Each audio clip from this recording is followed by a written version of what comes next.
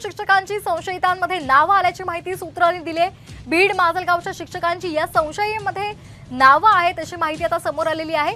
नांदेड एटीएसचे चौकशीसाठी आता त्यांना बोलावलेलं आहे अशी सुद्धा माहिती सूत्रांनी दिली आहे। नीट घोटाळ्यामध्ये लातूर धाराशिव नंतर आता बीड कनेक्शन समोर येतंय का अशी आता चर्चा सुरू झालेली आहे।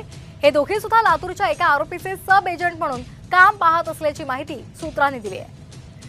या संदर्भात अधिक माहिती घेऊयात आमचे प्रतिनिधी विनोद जिरे यांच्याकडून। विनोद, आता नीट घोटाळ्याचे धागेदोरे बीड पर्यंत पोहोचलेले आहेत का? अधिकचे अपडेट्स?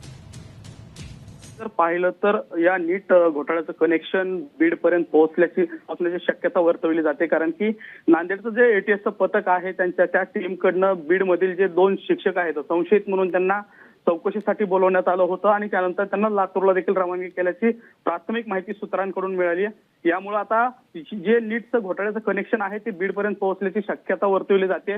ते 2च नाही तर इतरही काही शिक्षकांची चौकशी सुरू असल्याची माहिती आहे। मात्र जी अधिकृत माहिती पोलीस अधीक्षकांकडून किंवा पोलीस प्रशासनाकडून मिळायला पाहिजे होती ती अद्यापपर्यंत मिळालेली नाही। अद्यापपर्यंत त्यांनी नाव जे आहे ते सांगितलेले नाही। नेमकं कुणाची चौकशी केली आहे, काय केली हे अद्यापपर्यंत सांगितलेलं नाही। मात्र जी सूत्रांकडून माहिती मिळते ती 2 पेक्षा अधिक शिक्षकांची या ठिकाणी चौकशी करण्यात आल्याची देखील माहिती आहे। त्यामुळं आता नेमकं अधिकृत माहिती नेमकं काय बाहेर येणार, या अगोदरही बीड जिल्ह्यामध्ये अनेक घोटाळे पाहायला मिळाले। बोगस नोकर भरती असेल, आरोग्य विभागातील बोगस नोकर भरती असेल, त्यानंतर पोलीस भरती असेल, हे अनेक घोटाळे बीडमध्ये पाहायला मिळाले होते।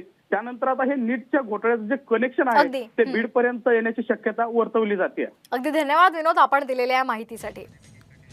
आणखी एक महत्त्वाची बातमी, नीट परीक्षा घोटाळा प्रकरणामध्ये आणखी नवे खुलासे आता उघड झालेले आहेत। परीक्षेमध्ये गुण वाढवून देण्याच्या आमिषाला 14 जण बळी पडल्याचं समोर आलंय। या 14 जणांनी आरोपींना 50,000 रुपये ऍडव्हान्स दिलेले होते। त्यांची यादीच आता पोलिसांच्या हाती लागली आहे। या 14 जणांपैकी 6 जणांची लातूर पोलिसांनी मंगळवारी चौकशी सुद्धा केली आहे। दरम्यान कोठडीमध्ये असलेले आरोपी जलील पठाण आणि संजय जाधवकडे 14 जणांनी प्रवेश पत्र आणि रोख रक्कम दिल्याचा जबाब काही जणांनी पोलीस चौकशीमध्ये नोंदवलेला आहे। महाराष्ट्रातील सर्व बातम्यांचे विश्वासार्ह व्यासपीठ,